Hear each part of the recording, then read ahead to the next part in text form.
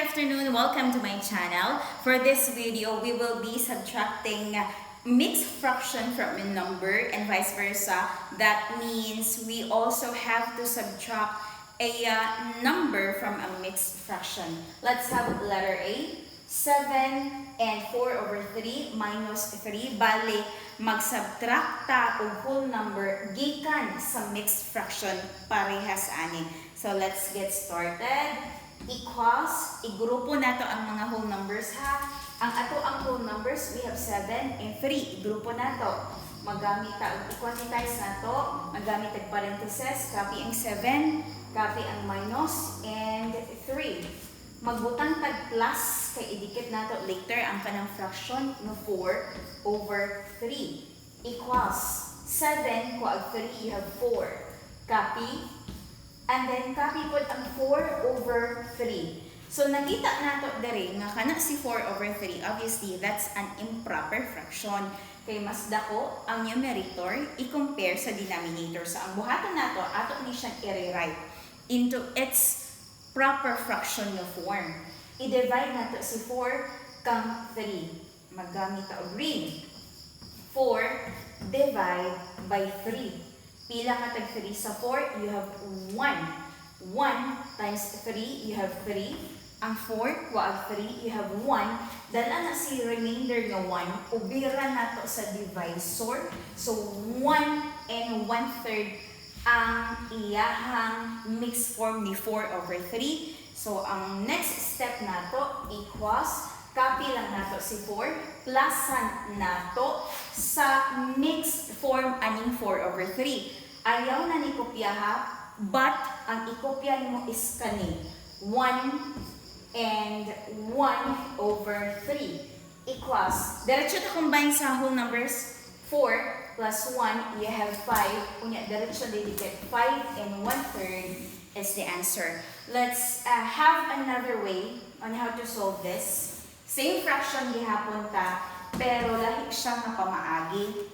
Copy ta 7 and 4 over 3 minus 3. So, diri ang step. Ang himuon nato is himuon nato siyang mix. Mix man himuon nato siyang improper. How? Just simply multiply 3.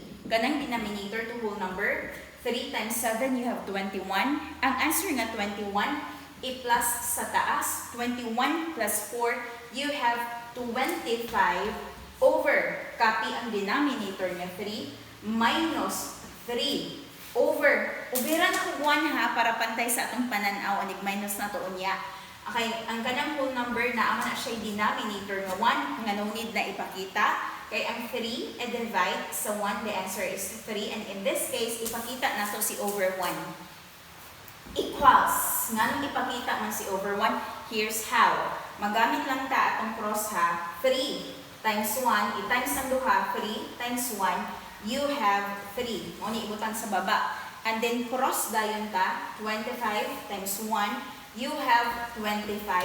Then copy ang operation in between, just copy. Unya, 3 times 2 dayon ta, ay 3 times 3, you have 9 equals bar. Ang 25, kwa ag 9, you have 16 over. Copy ang 3. So obviously, dili parehas ang ilahang answer, dili parehas. So buot ipasabot ka ng 16 over 3, ato pa na siyang himuon nga mixed fraction. So pwede diri alang ko nga side, green lang ako ang gamiton para ma-budget nato ang space. 16 divide by 3. So pila ka tag 3 sa 16, you have 5. Wala na. Nakuha na itong 5. 5 times 3, you have 15. Ang 6, kuag 5, you have 1. Dahil si 1 yung remainder, ubiran nato sa divisor na 3. Buot ipasabot. Ang mixed form ni 16 over 3 is 5 and 1/3. So, dala na siya. Dala daria. The answer is 5 and 1/3. So, mauna ni ang iyahang answer. That's it. Look at the answer. It's just the same. Ang karon na code is mag-subtract na pud ta og mixed fraction from a number. Kanang mag-una si number dito, whole number, ipaiwit na to ang mixed fraction. Lahi pud siya pamaagi. Let's say 6 minus 2 and 3 over 5. So, lahi ang pamaagi ha. Okay, dili na to igrupo ang mga whole numbers ani. Ang ato ang buhaton is ang kanang whole number atong i-change into its mixed form. How? Kana si 6 minus na to 1. Ang 6 kwa ag 1, you have 5. Asa naman napunta ang 1 karon? Tanawa sa ang denominator dria. Ang denominator dria is 5. So, himo kag bar. Unya, ibutang nimo ang 5 diha para parehas na sila. And then, kung unsa ang naa sa baba, maupod sa taas. Kay, ang 5 over 5 or 5 divided by 5, the answer is 1. 5 plus 1, you have 6. So, I hope nasabtan. Copy ang minus. Copy si 2 and 3 over 5. So, that's the time nga igrupo na nato ang mga whole numbers. Copy ang 5. Copy ang minus. Copy si 2. Close. And then mag-add ta. I-add nato ang mga fractions. I-subtract nato ang fractions. 5 over 5 minus 3 over 5. Close. Equals. Ang 5 ko ang 2, you have 3. Copy ang plus. Like fractions na niya, like fractions na niya. That means, kung parehas ang denominator, kapiha lang, and then do the operation sa numerators. Ang 5, kuhaan of 3, the answer is, ang 5 ko of 3, the answer is 2. Idikit na nato sila. 3 and 2, 5 is the answer. So, mag-answer taglain, another way, para makita nato kung parehas ba din silang answer. And let's have letter D, same fraction.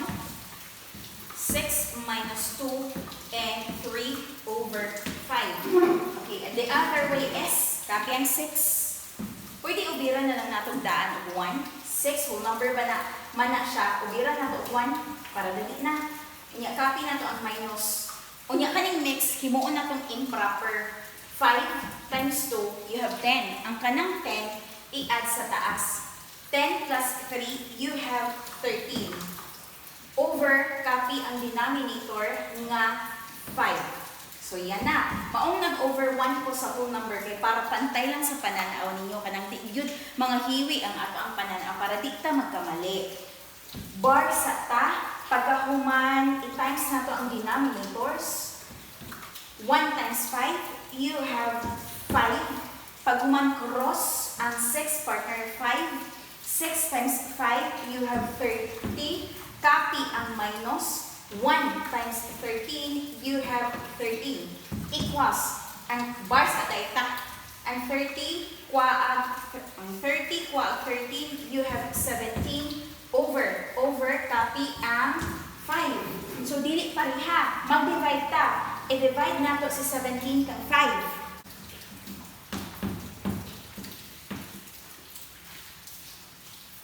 Yan.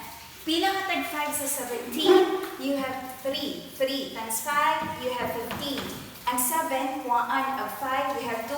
Dalaan ang remainder na to, ubiran o divisor na 5. So, kana siya na mixed form aning improper, dalaan na sa final answer equals, instead of writing this one, i-list day of 3 and 2 over 5. So, look at the answer. It's just the same. Thank you and bye.